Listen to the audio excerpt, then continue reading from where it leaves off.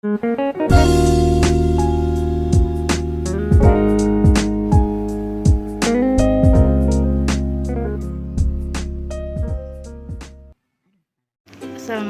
warahmatullahi wabarakatuh. Selamat datang di channel YouTube saya.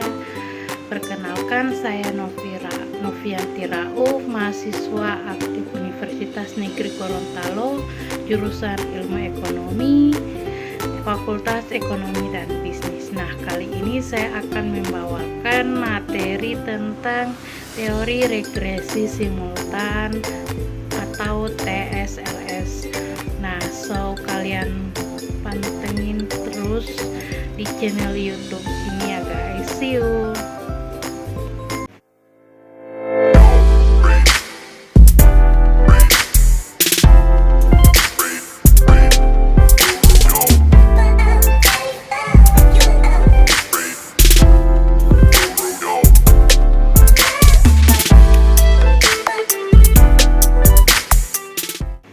Baik, di sini saya sudah membuka materi tentang teori regresi simultan atau TSLS. Yang pertama ada pengertian model simultan. Model persamaan simultan adalah sebuah model statistika di mana variabel-variabel dependen adalah fungsi dari variabel dependen lainnya. Pada model dengan persamaan dua atau lebih kausalitas antara X dan Y bersifat dua arah. Artinya, perubahan nilai X mengubah nilai Y dan sebaliknya. Nilai Y mempengaruhi nilai X. Selanjutnya ada perbedaan model regresi simultan dengan regresi biasa. Nah, di sini ada regresi biasa. Regresi linier biasa digunakan untuk memodelkan hubungan antara satu variabel dependen tergantung dengan satu atau lebih variabel, independen atau bebas. Model regresi linier sederhana ini memodelkan hubungan antara satu variabel dependen X dan satu variabel dependen Y. Bentuk umum yaitu Y sama dengan beta 0 tambah beta 1 X tambah E. Regresi linier berganda ini memodelkan hubungan antara lebih dari satu variabel dependen, yaitu X1, X2, dan seterusnya. Dan satu variabel dependen Y, bentuk umum yaitu Y sama dengan beta 0 tambah beta 1 X1 tambah beta 2 X2 tambah seterusnya tambah error. Nah, di sini ada regresi simultan. Model regresi simultan digunakan ketika terdapat lebih dari satu persamaan yang harus diestimasi secara bersamaan karena adanya hubungan antara timbal balik variabel dependen dan independen. Model simultaneous equation system terdiri dari beberapa persamaan linear yang saling terkait, yaitu Y1 sama dengan alfa tambah beta 1X tambah beta 2Y2 tambah E, atau juga Y2 sama dengan alfa tambah beta 1X tambah beta 2Y1 tambah E. Menggunakan metode seperti two-stage least square atau three-stage least square untuk mengestimasi parameter-parameter dalam sistem persamaan yang saling terkait tersebut. Selanjutnya ada jenis-jenis regresi simultan. Nah, di sini ada jenis-jenis regresi simultan terdiri dari standar TSLS. Berikut ada class estimator, ada limit information maximum likelihood, ada three-stage least square, dan yang terakhir ada full information maximum likelihood. Dan yang berikut ada jenis-jenis regresi simultan terdiri ada 4 poin, yaitu ada iteratif GMM, yang berikut ada iteratif generalized least square, yang berikut ada three-stage least square, dan yang terakhir ada two-stage iteratif least square. Berikut ada pembahasan jenis TSLS yang sudah saya sebutkan tadi. Yang pertama ada standar TSLS, yaitu metode dasar yang melibatkan dua tahap estimasi. Pertama, mengestimasi variabel endogen dengan instrumen, kemudian menggunakan hasil estimasi tersebut dalam model utama. Yang berikut ada kelas estimator, yaitu variasi dari TSLS, di mana parameter K digunakan untuk memberikan bobot yang berbeda pada instrumen, memungkinkan fleksibilitas yang lebih besar dalam estimasi. Yang berikut ada limit information maximum likelihood, yaitu sebuah variasi dari TSLS yang mengasumsikan informasi terbatas tentang distribusi error term. LIML dapat memberikan estimasi yang lebih efisien dalam beberapa kasus. Yang berikut ada 3-stage least square, yaitu memperluas TSLS dengan memasukkan hubungan antar error term dalam sistem persamaan simultan ini, melibatkan 3 tahap. Yang pertama ada estimasi instrumen, regresi utama, dan koreksi antar error term. Dan yang terakhir ada full information maximum likelihood, yaitu menggunakan informasi penuh dari sistem persamaan simultan.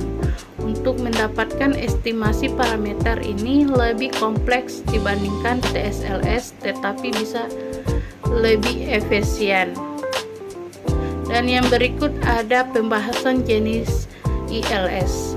Nah, yang pertama ada generalist method of moments, yaitu menggunakan generalist method of moments dalam prosedur iteratif, di mana parameter terus diperbarui hingga mencapai konvergensi.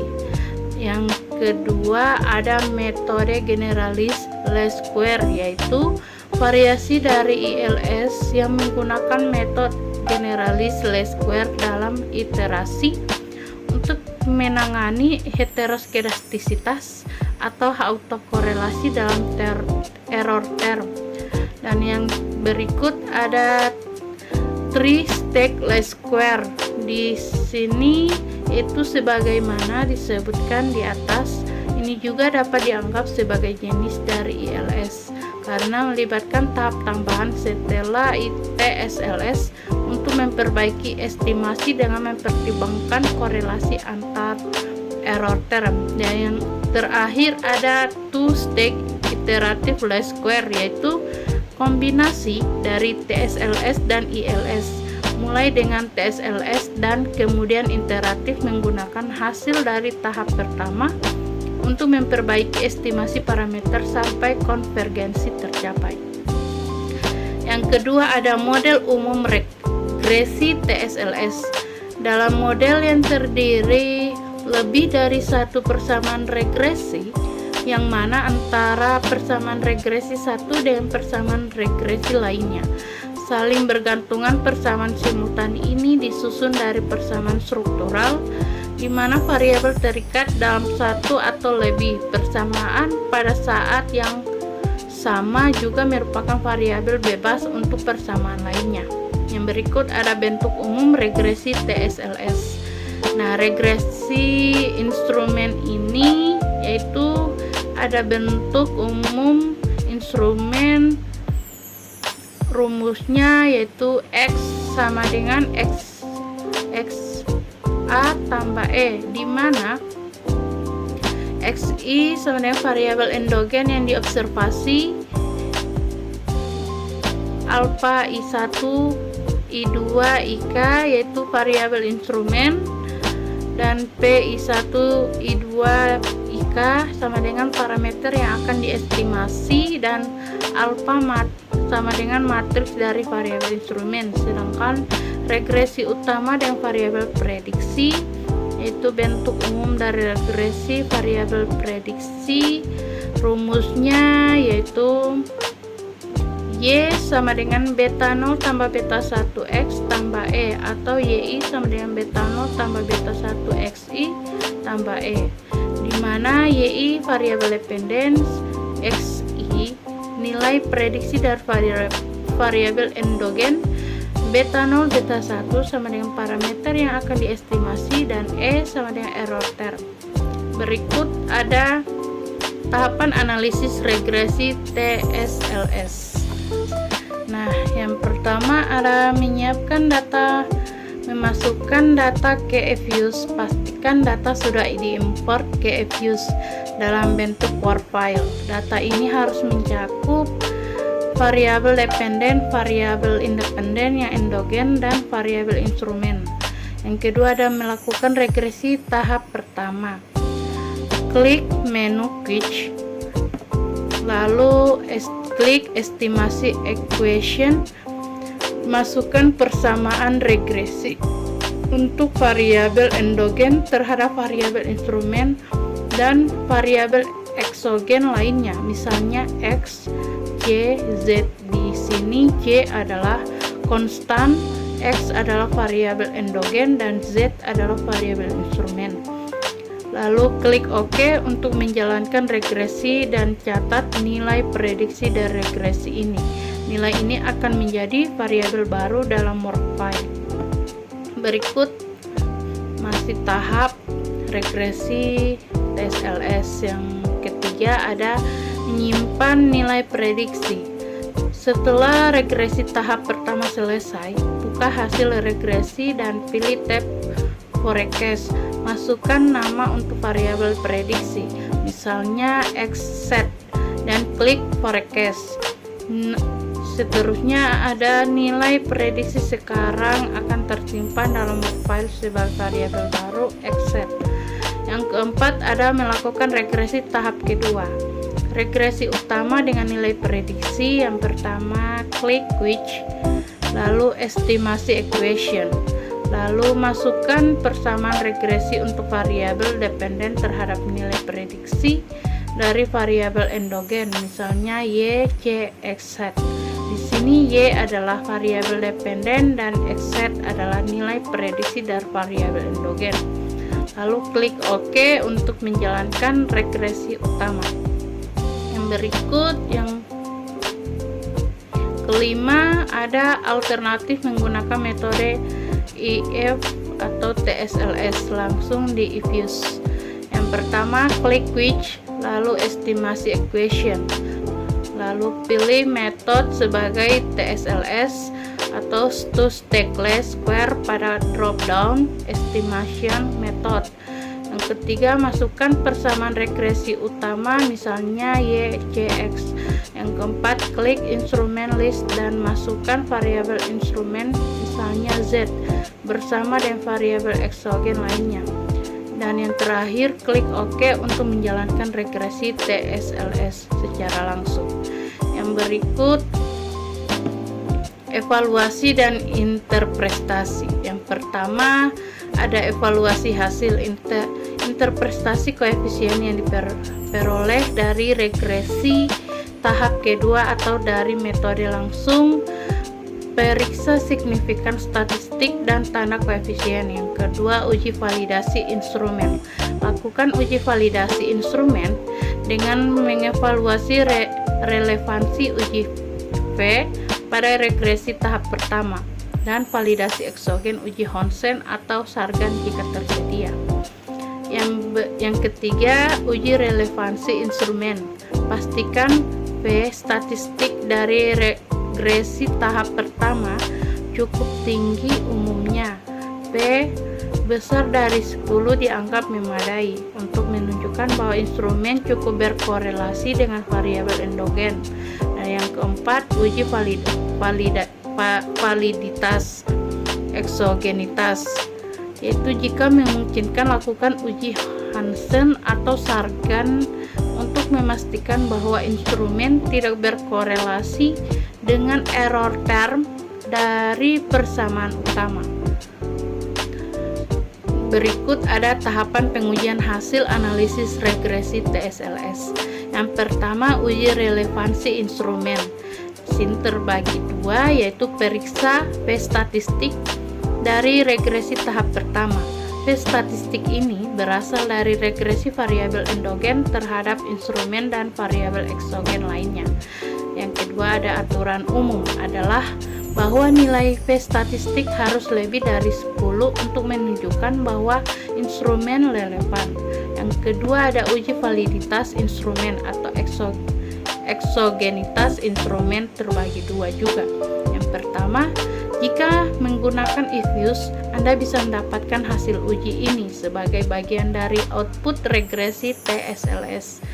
Uji ini menguji hipotesis nol bahwa instrumen tidak berkorelasi dengan error term. Yang kedua ada jika nilai p-value dari uji Hansen atau Sargan lebih besar dari 0,05 dengan tingkat signifikan 5%, maka kita gagal menolak hipotesis nol, yang berarti instrumen dianggap valid. Yang berikut, yang ketiga ada uji endogenitas terbagi dua, yaitu lakukan regresi tahap pertama untuk mendapatkan residual dari regresi tahap pertama B atau E. Yang kedua, tambahkan residual tersebut ke dalam regresi tahap kedua sebagai tambahan variabel independen jika koefisien dari residual signifikan secara statistik ini menunjukkan adanya endogenitas. Berikut ada jika nilai p-value dari koefisien residual lebih kecil dari 0,05, maka kita menolak hipotesis nol bahwa variabel endogen sebenarnya eksogen sehingga mengkonfirmasi adanya endogenitas. Yang keempat ada uji kekuatan instrumen atau over-identification test terbagi dua juga, yaitu yang pertama dalam eFuse hasil dari uji Hansen atau Sargan juga dapat digunakan untuk over-identification test. Yang kedua ada hasil uji ini sudah mencakup pemeriksaan kekuatan instrumen secara menyeluruh. Jika uji ini menunjukkan bahwa tidak ada instrumen yang korelasi dengan error term, maka kita dapat menganggap bahwa instrumen tersebut valid.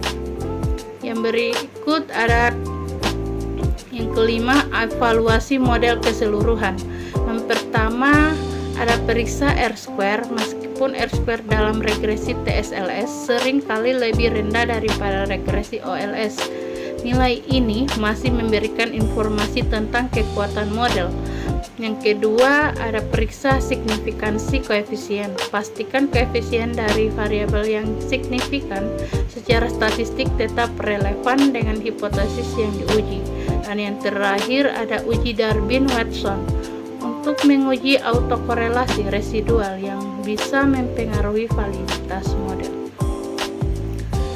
Oke, baik, itulah materi yang saya bawakan, semoga bisa bermanfaat. Adapun kesimpulan dari saya yaitu metode TSLS adalah alat yang esensial dalam ekonometrika untuk menangani masalah endogenitas dalam model regresi simultan dengan menggunakan instrumen yang valid dan relevan.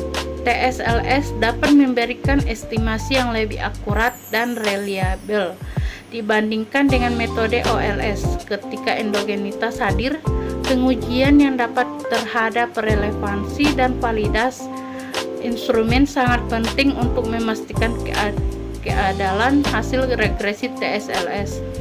Implementasi yang tepat di software seperti eFuse mempermudah proses analisis dan pengujian sehingga memungkinkan peneliti untuk fokus pada interpretasi hasil dan implikasi ekonomisnya.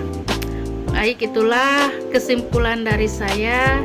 Bila ada kata-kata yang salah atau kurang jelas dari saya, mohon dimaafkan. Semoga dengan video ini bisa bermanfaat untuk kita semua yang sedang bingung dengan materi regresi simultan TSLS.